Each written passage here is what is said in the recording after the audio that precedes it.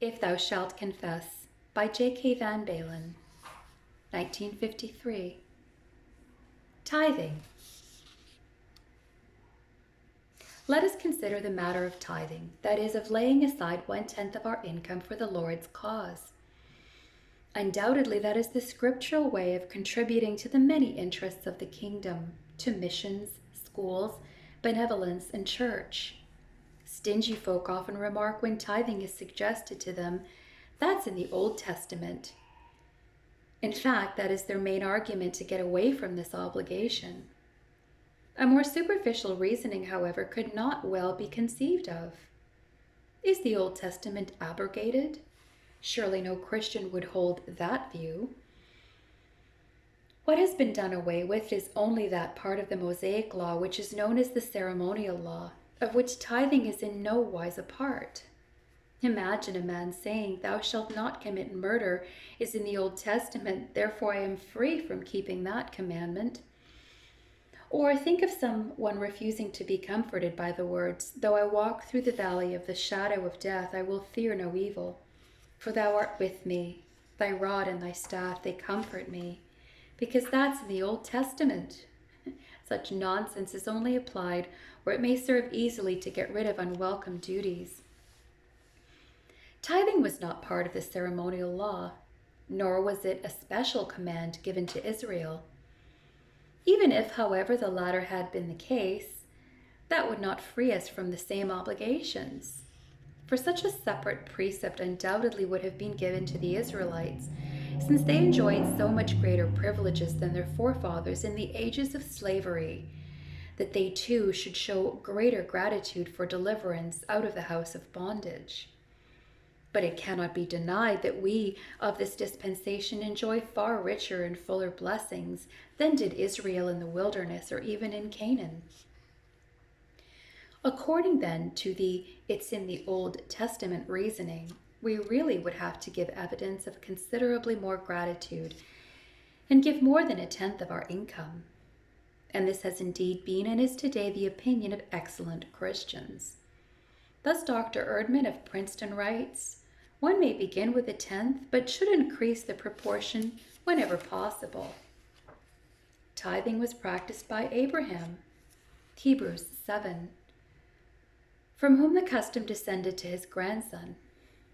This Jacob, therefore, when he left his father's house, a lonely fugitive, voluntarily promised, "Of all that thou shalt give me, I will surely give the 1/10 unto thee." Genesis 28, verse 20.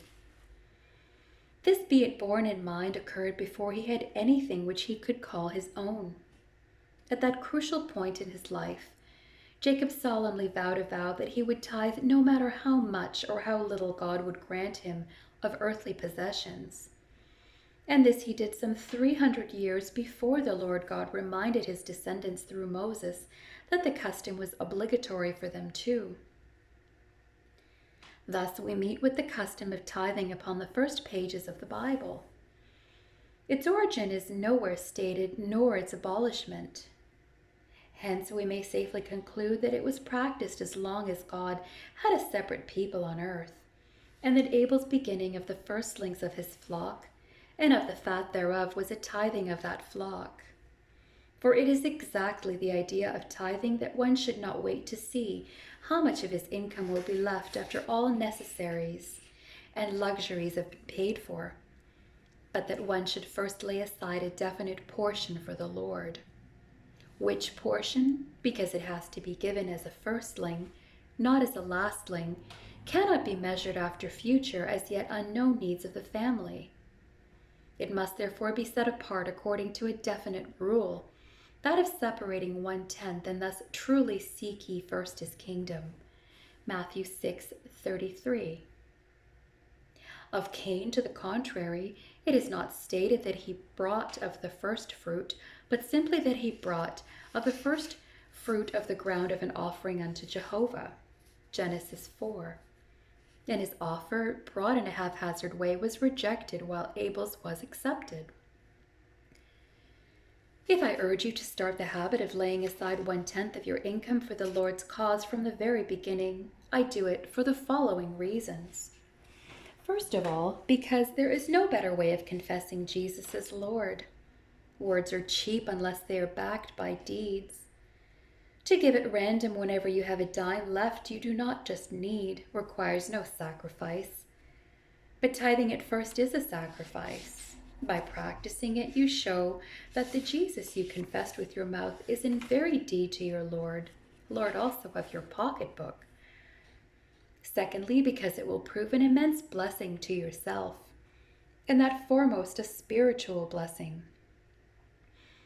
We are related to the material world because our bodies are taken from the dust of the earth. We are also his, that is God's offspring. Acts 17, verse 28. Because God breathed man's spirit into his nostrils. Genesis 2, verse 7.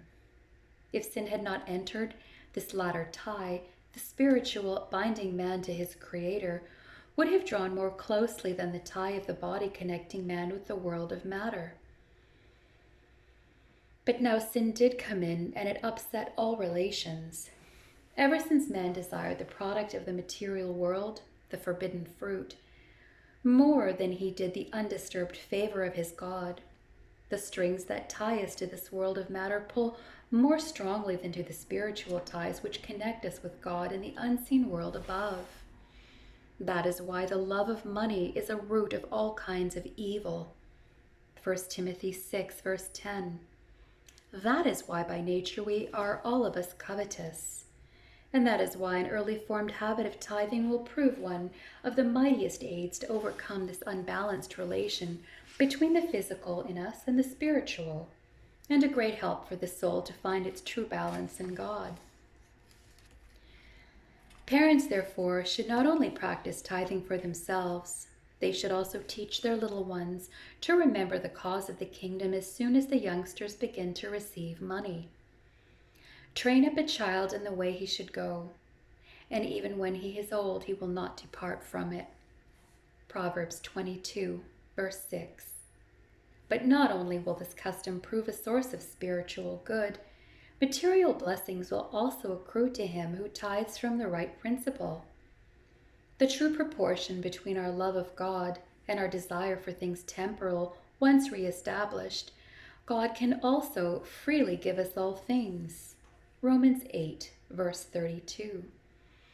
Hence, Presbyterians and Methodists who of late years have conducted a vigorous propaganda in behalf of a return to the custom of tithing have been able to publish pamphlets full of testimonies of those who stated, "Since I began to tithe, I have made more money than ever before."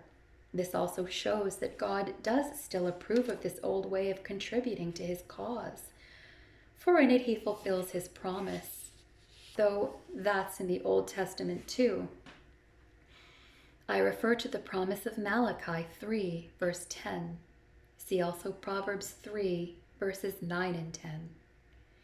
And what shall we say of the world of goods your money under God's blessing will do to the poor, the sick, those now seated in darkness?